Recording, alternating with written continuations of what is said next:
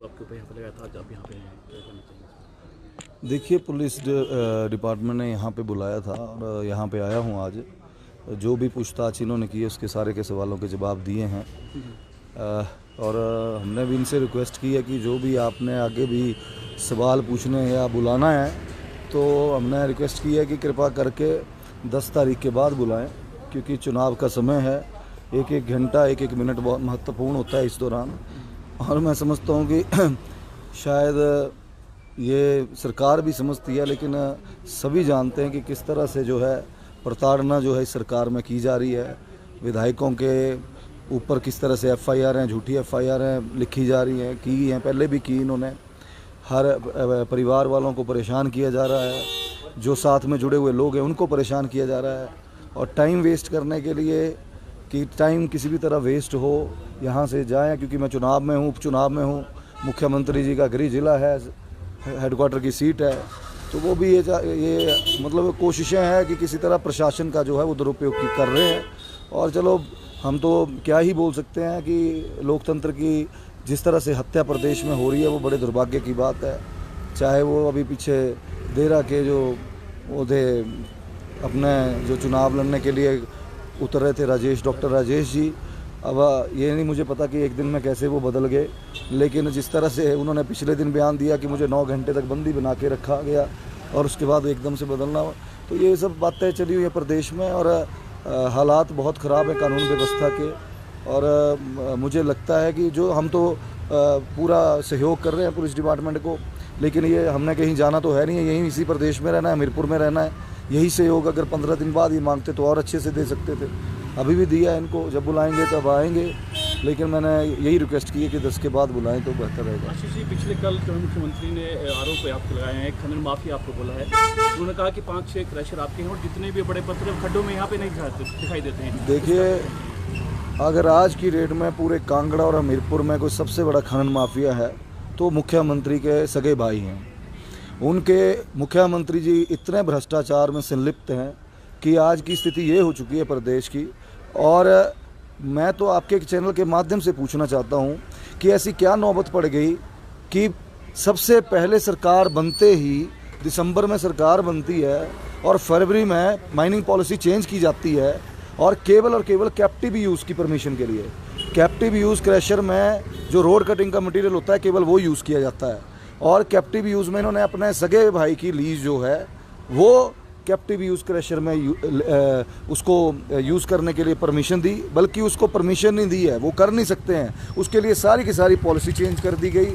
आज ब्यास नदी के ऊपर अगर नदौड़ में जाएंगे, हालात ख़राब हैं। पूरी की पूरी ब्यास नदी जो है इन्होंने पोकलैन और दिन रात खनन चला हुआ है, उसको पूछने वाला कोई नहीं है।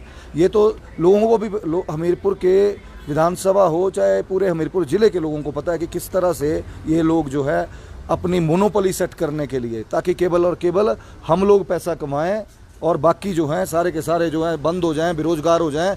हमारे क्रशर हैं, कोई मना नहीं कर रहा हूं, मैंने कभी मना नहीं किया, विधानसभा में भी बोल रही है ये बात। लेकिन दुर्भाग्य की बात यह है कि ये इतनी संकीर्ण सोच के साथ ये व्यक्ति हैं कि जब जिस किसी के साथ कि रोज़गार मिल रहा है, 500-600 लोग काम कर रहे हैं, वो भी उसी विधानसभा से हैं या उसी ज़िले से हैं, वो लोग भी वेले बैठाए हुए हैं 100-120 दिन से बिना किसी बात के क्रशर बंद कर दिए हैं, अपने धड़ल्ले से मटेरियल बेच रहे हैं।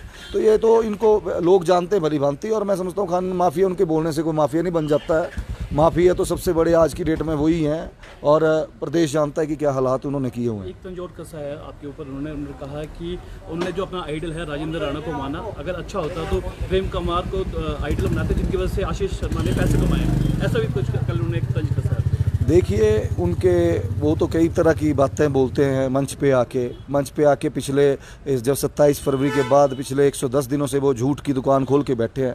जैसे इनके वो पार्टी के वरिष्ठ नेता राहुल गांधी जी हैं, वो बोलते हैं मोहब्बत की दुकान, तो मुख्यमंत्री जी झूठ की दुकान पूरे प्रदेश में चलाए हुए हैं, जो हमेशा आरोप लगाते हैं फिर चले जाते हैं, आरोप लगाते हैं फिर चले जाते हैं। और आज भी प्रदेश जब भी मेरे विधानसभा क्षेत्र में आते हैं कुछ ना कुछ उल्टा सीधा बोलेंगे। खैर, इन सब बातों के बीच में मैं नहीं पढ़ूंगा। मैं सिर्फ इतना जानता हूं कि 15-16 दिन की बात है, आज से ठीक 18 दिन बाद वोटिंग होनी है। हाँ, मुझे 18 दिन बाद वोटिंग होनी है और 18वें दिन वोटिंग होनी है। जो भी जनता ने तय करना है वो जनता ने तय करना है। वो मुख्यमंत्री के बोलने पे तय नहीं होना है। वो जो लोकतंत्र में एक ही तो अधिकार है हम लोगों के पास कि हम लोगों के बीच में जाए और जनता बताए कि हम लोग कैसे हैं, हम लोग भ्रष्टाचारी हैं, हम लोग खनन माफिया हैं, या हम लोग जनता की सेवा में तत्परता के साथ पिछले 5 वर्षों से लगातार लगे हुए हैं। वो जनता डिसाइड करेगी, वो मुख्यमंत्री डिसाइड नहीं करेगा। आखिरी सवाल, जिस तरह से लगातार वो कह रहे हैं कि आपके ऊपर बिकने का भी आरोप यहाँ पे लगातार लगा रहे हैं, साथ में ये भी कह रहे हैं कि जनता इस बार सबक जरूर यहाँ पे सिखाएगी, क्योंकि निर्दलीय होते इस्तीफा देना कहीं ना कहीं एक क्वेश्चन मार्क। ये तो मुख्यमंत्री जी को आत्ममंथन करना चाहिए कि ऐसे क्या कारण रहे कि 6 विधायक उनकी पार्टी के 3 इंडिपेंडेंट विधायकों ने उनको छोड़ा है। वो उनको अपनी कार्यशैली के ऊपर सोचना चाहिए और विचार करना चाहिए कि जो व्यवस्था परिवर्तन करने के लिए वो प्रदेश में आए थे, नारा दिया था कि हम सत्ता के लिए नहीं, हम व्यवस्था परिवर्तन करने के लिए आए हैं, वो आज खुद परिवर्तित हो चुके हैं। आज खुद की फैमिली को प्रमोट करने के लिए मैडम को देरा से टिकट देते हैं, ये परिवारवाद को बढ़ावा देते हैं। और मतलब आप खुद सोचिए कि एक नारा लेके और हर समय ये बोलना कि मैं गरीब परिवार से उठा हुआ व्यक्ति हूँ, 35 सालों का संघर्ष किया, और भी वहाँ कार्यकर्ता है बेचारे कई समय से लगे हुए हैं, उनको प्रताड़ित किया गया। अब उनकी तो जो कैरियर है उनको स्पॉइल कर दिया गया। तो मुख्यमंत्री जी जो आपको पता, मैं तो सिर्फ इतना कहूँगा कि आने वाले समय में सिर्फ 18 दिन की बात है, पता लग जाएगा कि जनता किसके साथ है। मुख्यमंत्री के साथ है हमीरपुर की जनता, कि जो बेटा उनका दिन रात उनकी सेवा में चला हुआ है कि उसके साथ है। आशीष जी, एक आखिरी सवाल, जिस तरह से आपने कहा 18 दिन बाद यहाँ चुनाव है और 18 दिन बाद पता चल जाएगा, तो एक बार पहले भी आप यहाँ पर विधायक रह चुके हैं, तो किस तरह का अब वहाँ से जनता से सपोर्ट आपको मिल रहा है? क्योंकि बात की जाए मुख्यमंत्री के गृह क्षेत्र से सीधी टक्कर। पिछली बार जब मैंने इंडिपेंडेंट चुनाव लड़ा था तो मुझे लोगों ने 13,000 वोटों से जिताया था, और मैं पूर्ण रूप से आश्वस्त हूँ कि भारतीय जनता पार्टी ने मुझ पर विश्वास जताया और भारतीय जनता पार्टी का हमीरपुर जो है वो गढ़ रहा है।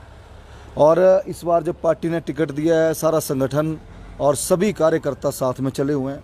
मुझे पूर्ण विश्वास है कि इस बार जो जीत है वो पहले से भी बड़ी जीत होगी और भारी मार्जिन से भारतीय जनता पार्टी की झोली में ये सीट डलेगी। भारतीय जनता पार्टी के शीर्ष नेतृत्व को, आदरणीय अनुराग ठाकुर जी को, आदरणीय जयराम ठाकुर जी को, बिंदल जी को और मजबूत यहाँ पे करेंगे। और मुझे पूर्ण विश्वास है कि जनता अपना आशीर्वाद देगी, और जहाँ भी जा रहे हैं वो जनता भरपूर आशीर्वाद दे रही है।